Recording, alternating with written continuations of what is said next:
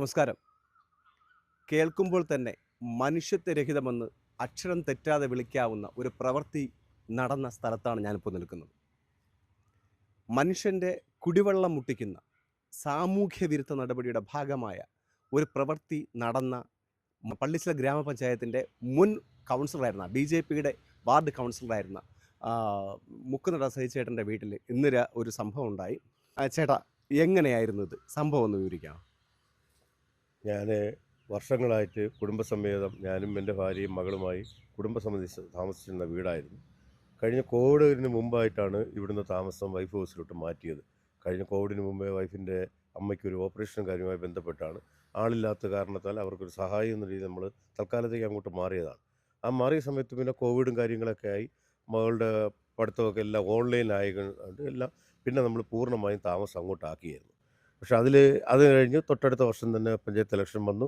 അതിൽ ഞാൻ ജയിച്ച് തൊട്ടടുത്ത വാർഡിലെ 4-ാം വാർഡിലെ കുളങ്ങരക്കുളം വാർഡിൻ്റെ മെമ്പറായിട്ട് ജയിച്ചു. ആ സമയം മുതൽ ഉണ്ടാകുന്ന അനുഭവമാണിത്. ആദ്യം വന്നതെന്ന് പറഞ്ഞാൽ ഇറച്ചി മാലിന്യം, അതായത് കോഴിയുടെ ഇറച്ചി മാലിന്യം കൊണ്ട് കവറിൽ കെട്ടിക്കൊണ്ട് ഇതിനകത്ത് തള്ളിയിരിക്കുകയായിരുന്നു. അന്ന് നരുവമ്പടി സ്റ്റേഷനിൽ സന്തോഷ് സാറ് SI ആയിരിക്കുന്ന സമയമായിരുന്നു. പുള്ളിക്കാരൻ വന്ന് കണ്ടിട്ടൊക്കെ പോയതാണ്. അതിനുശേഷം തൊട്ടടുത്ത വർഷം അറവ് മാലിന്യം ചാക്കിൽ കെട്ടിയാണ് കെട്ടിക്കൊണ്ട് തള്ളിയിരുന്നത്. അതിങ്ങനെ തുടർന്ന് പോയിക്കൊണ്ടിരുന്ന് പരാതിപ്പെട്ടിട്ട് യാതൊരു കാര്യവുമില്ല. ഞങ്ങൾ ഇറക്കുകയും കാര്യങ്ങളൊക്കെ ചെയ്ത് വൃത്തിയാക്കിയിരുന്നു. ഈ സമയത്ത് ഇത് വാർഡിൻ്റെ ഓഫീസായിട്ടാണ് ഉപയോഗിച്ചുകൊണ്ടിരുന്നത്. ഈ കഴിഞ്ഞ 5 വർഷം ഇത് വാർഡിൻ്റെ ഓഫീസായിരുന്നു. ഈ വീടായിട്ട് പ്രവർത്തിച്ചിരുന്നത് വാർഡിൻ്റെ ഓഫീസ്. അത് കഴിഞ്ഞ് 2024 കഴിഞ്ഞിട്ട് മുന്നേ വർഷം ഇവിടുത്തെ കുട്ടികൾ ഉപയോഗിക്കുന്ന സ്നഗി പ്ലാസ്റ്റിക് കുപ്പികൾ അടക്കമുള്ള സാധനങ്ങൾ കവറിൽ കെട്ടിക്കൊണ്ടുവന്ന് കിടന്നതിനകത്ത് തള്ളിയിരിക്കുന്ന ഒരു അവശേഷം അന്ന് ഈ വാർഡിലുള്ള തൊഴിലുറപ്പ് തൊഴിലാളികളടക്കം അത് നേരിൽ കണ്ട് ബോധ്യപ്പെട്ടിട്ടുള്ളതാണ്. അങ്ങനെ തുടർന്ന് പോകുമ്പോഴും ഈ വെള്ളിയാഴ്ചയും കൂടി ഈ കിണറിൽ നിന്ന് വെള്ളം കൊടുത്ത് ഈ വാഴയ്ക്കും ഇതൊക്കെ ഞാൻ വെള്ളമടിക്കുകയും കാര്യങ്ങളൊക്കെ ചെയ്തിട്ട് പോയതാണ്. ശനിയാഴ്ച ഇരുന്ന് ഞാൻ ശബരിമല ദർശനത്തിന് പോയി. ഞായറാഴ്ച വന്നു. അപ്പോൾ തിങ്കളാഴ്ച വൈകുന്നേരം വന്ന് തിങ്കളാഴ്ച ഉച്ച കഴിഞ്ഞ് ഞാനിവിടെ വരുമ്പോഴേ ചെറിയ സ്മെല്ലും കാര്യങ്ങളൊക്കെ ഉണ്ട്. അപ്പോൾ എലി എന്തെങ്കിലും ചത്ത് കിടക്കണമായിരിക്കുന്നു, തൊട്ടടുത്ത വീട്ടിൽ പണികളൊക്കെ നടക്കുന്നുണ്ട്, അവിടെ എന്തെങ്കിലും ആയിരിക്കും എന്ന് വിചാരിച്ചു. പക്ഷേ ഇന്നലെ ഉച്ച കഴിഞ്ഞപ്പോഴാണ് വന്ന് വീണ്ടും കടുത്ത സ്മെല്ല് വന്നപ്പോൾ ഞാൻ ഇവിടുന്ന് പരിശോധന നടത്തിയത്. അങ്ങനെയാണ് കിണറിനകത്ത് നല്ല ചത്ത് വീർത്ത ഒരു പട്ടി കിടക്കുന്നത് ശ്രദ്ധയിൽപ്പെട്ടത്. അങ്ങനെയാണ് പിന്നെ സ്ഥലം സ്റ്റേഷനിൽ പെറ്റീഷൻ കൊടുക്കുകയും സ്ഥലം SI അടക്കമുള്ളവർ ഇന്നലെ ബി സാറും അവിടുന്ന് പത്മപ്രസാദ് സാറും എല്ലാവരും വന്ന് സ്ഥലം പരിശോധിക്കുകയും അപ്പോൾ എന്തായാലും കിണറിനകത്ത് പൊട്ടക്കിണറാണെങ്കിൽ പട്ടി വീഴാൻ ചാൻസ് ഉള്ളൂ എന്നും കിണറിൽ ഇത്രയും പൊക്കമുള്ള കൈവരിയുള്ള കിണറിൽ സ്വാഭാവികമായിട്ടും പട്ടി അങ്ങനെ വീഴാൻ ചാൻസ് കുറവാണെന്നില്ല.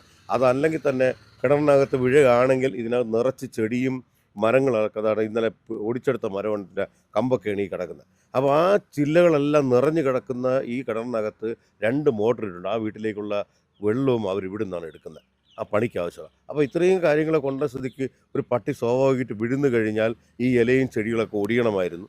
ഇത് കൂടാതെ 2 തട്ടാണ് ഇതിനകത്ത് ഉറയിറക്കിയത്.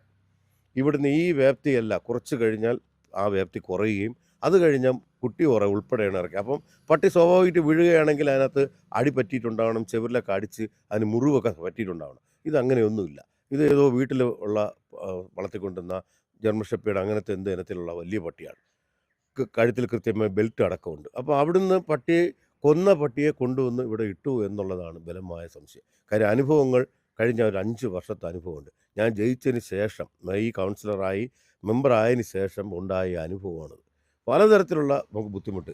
എനിക്ക് ഈ അനുഭവം മാത്രമല്ല, കുടുംബത്തിനകത്ത് തന്നെ എൻ്റെ അനിയൻ്റെ വസ്തു വിൽക്കലുമായി ബന്ധപ്പെട്ട് അഡ്വാൻസ് ചെയ്ത സ്ഥലത്തിന് വിൽക്കാൻ ഇതുവരെ കഴിഞ്ഞിട്ടില്ല.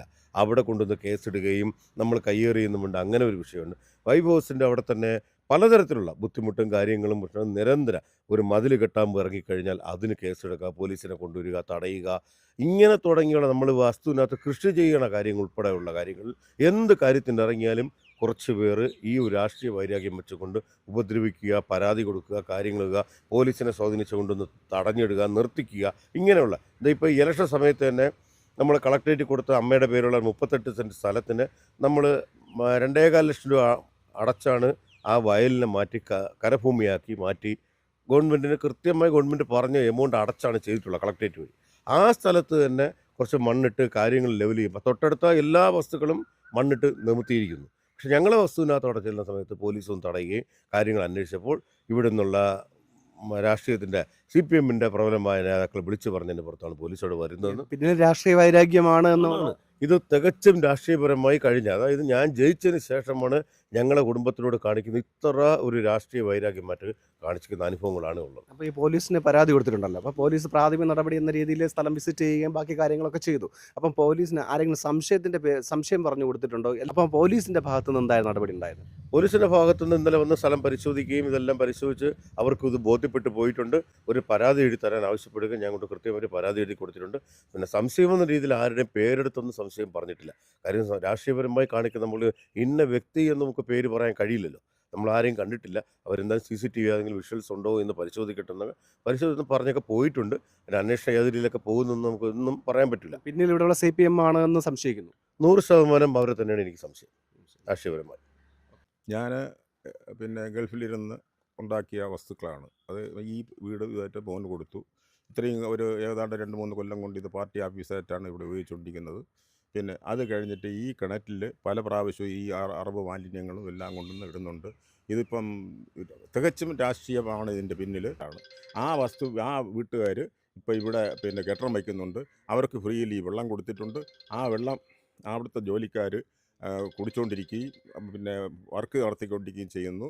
അപ്പോൾ അവിടെ നിന്ന് വിളിച്ച് പറഞ്ഞു, ഇങ്ങനെ വെള്ളത്തിന് സ്മെല്ലുണ്ട്, എന്തോ ചെറിയ സ്മെല്ല് കാണണമെന്ന് പറഞ്ഞു. അങ്ങനെ ഞങ്ങൾ പരിശോധിച്ചപ്പോഴത്തേക്കാണ് ഈ കിണറ്റിനകത്ത് ഭയങ്കരമായ ഒരു ആളാണോ പട്ടിയാണോ എന്തൊന്നും പറ്റില്ല, അതിനകത്ത് കവന്ന് കിടക്കുന്നുണ്ട്, നിറച്ച് പുഴുക്കളും. അപ്പോൾ ഈ വെള്ളം അപ്പുറത്തുള്ള ആൾക്കാർ കുടിവെള്ളമായിട്ട് യൂസ് ചെയ്തു. അപ്പോൾ ഞാനിവിടെ വന്നതിന് ശേഷം ഞാൻ ഒരുപാട് കാര്യങ്ങൾ പാർട്ടിക്ക് വേണ്ടി ചെയ്യുന്നുണ്ട്. ഇപ്പോൾ ഒരു 14 സെൻറ്റ് വസ്തു സേവാഭാരതിക്ക് പിന്നെ വൃദ്ധസദനം പണിയാൻ വേണ്ടി കൊടുത്തു.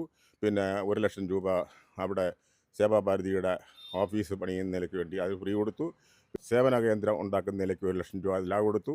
അത് കഴിഞ്ഞിട്ട് മുട്ടമുട് മേലാങ്കോട് ദേവീക്ഷേത്രത്തിൽ ഞാൻ എൻ്റെ കുടുംബക്ഷേത്രമാണ് പൊതുജനങ്ങൾക്ക് വിട്ടുകൊടുത്തിട്ട് അതിൽ തന്നെ 10-11 ലക്ഷം രൂപ ഞാൻ അവിടെ മുടക്കിയിട്ടുണ്ട്. ഇങ്ങനെ ഇത് ഇവർക്കെല്ലാം മറ്റുള്ളവർക്കെല്ലാം നമ്മൾ കയ്യിൽ നിന്ന് പിന്നെ ഞാൻ കഷ്ടപ്പെട്ട പൈസ ഗൾഫിൽ നിന്നുണ്ടാക്കിയ പൈസകളൊക്കെയാണ് ഞാൻ ഇവർക്കെല്ലാം കൊടുക്കുന്നത്. ഇതിലൊക്കെ ഇവർക്ക് അസൂയയുണ്ട്. ഇത്രയൊക്കെ ഉള്ളതുകൊണ്ട് ഞങ്ങളോടുള്ള വൈരം പറയാൻ വയ്യാത്ത വൈരമാണ്. കഴിഞ്ഞ 52 കൊല്ലമായിട്ട് ഞാൻ ഇതിൽ പ്രവർത്തിക്കുന്ന ആളാണ്. ഈ വൈരാഗ്യം വെച്ചും കൊണ്ടാണ് ഞങ്ങളോട് ഇത് കാണിക്കുന്നത്. ഞങ്ങൾക്ക് ഇവിടെ നിന്ന് നിവർത്തിക്കാനില്ല. ഞങ്ങളുടെ ജീവനും സ്വത്തിനും ഒക്കെ ഞങ്ങൾക്ക് വലിയ പിന്നെ സംരക്ഷണം നമുക്ക് കിട്ടണം. പിന്നെ അത് പോരാഞ്ഞിട്ട് ഇതേപോലെ എന്തെങ്കിലും പ്രശ്നം ഉണ്ടായിട്ട് ആരെങ്കിലും അടിച്ച് കൊന്നെടുത്ത് കണ്ടിക്കൊണ്ടിട്ടോ അന്ന് ഞങ്ങൾ ഉത്തരം പറയേണ്ടി വരും. ഞങ്ങൾ ഇവിടെ കിടന്ന് ഉറങ്ങുന്ന ആൾക്കാരെ ഞങ്ങൾ കാണില്ല. ഇതിനകത്ത് കൊണ്ട് കിണറ്റിൽ വിഷമിട്ടിരുന്നാൽ ഇവർ ചെയ്യില്ലെന്ന് ഞങ്ങൾക്ക് വിശ്വാസമില്ല. കിണറ്റിലെ വെള്ളം പോലും നമുക്ക് കോരി കുടിക്കാൻ പറ്റാത്ത സ്ഥിതിയിലാണ്. ഇത്തരത്തിൽ പിന്നെ ആൾക്കാരെ കൊല്ലുന്ന രീതിയിലുള്ള പ്രവൃത്തി ആര് ചെയ്തിരുന്നാലും അത് നീചമായ പ്രവൃത്തിയാണ്. ഇതിനൊരു പരിഹാരം തന്നെ കാണണം. അതല്ലെങ്കിൽ ഞങ്ങൾക്ക് ഇവിടെ കിടന്ന് ഞങ്ങളുടെ കുട്ടികൾക്കും വീട്ടിലുള്ളവർക്കും ഞങ്ങൾക്ക് ഇവിടെ കിടന്ന് ജീവിക്കാൻ വയ്യാത്തൊരു സ്റ്റേജാണ്. ഇത് സർക്കാർ കണ്ണു തുറക്കണം. പോലീസും മറ്റുള്ള ഒരുപാട് ഇതിൻ്റെ പിന്നിൽ പ്രവർത്തിക്കുന്ന സംവിധാനങ്ങളുണ്ട്. അത് ഉപയോഗിച്ച് ഞങ്ങൾക്ക് ഒരു സംരക്ഷണം തരണം എന്നാണ് എനിക്ക് പറയാനുള്ളത്. പൊതുരംഗത്ത് നിൽക്കുന്ന ആളുകളോട് രാഷ്ട്രീയ വൈരാഗ്യം ഉണ്ടാകാം, അത് സ്വാഭാവികമാണ്, അത് ആശയപരമാണ്. ഇത്തരത്തിലുള്ള ഒരു കടുങ്കൈ ചെയ്യുന്ന രീതിയിലേക്ക്, അത്തരമൊരു മാനസികാവസ്ഥയിലേക്ക് മനുഷ്യനെ മാറ്റുക എന്ന് പറഞ്ഞാൽ മനുഷ്യൻ മൃഗം എന്ന് പോലും വിളിക്കാവുന്ന രീതിയിലുള്ള ആ ഒരു പദത്തിന് പോലും അർഹനല്ലാതെയാകുന്നു. ഇത് തികച്ചും മനുഷ്യത്വരഹിതമാണ്. ഇത് തികച്ചും സാമൂഹ്യ വിരുദ്ധതയാണ്. അത് അത്തരത്തിലുള്ളൊരു കാര്യമാണ്. ഇപ്പോൾ അവർ ആവശ്യപ്പെട്ടതുപോലെ എന്ത് വിശ്വാസത്തിലാണ് ഈ കിണറിൽ നിന്നും ഒരു തുള്ളി വെള്ളം എടുത്തു കുടിക്കുക? നാളെ ഇവിടെ വിഷം ചേർത്തിട്ടില്ല എന്ന് എന്തുറപ്പാണ് ഇവർക്കുള്ളത്?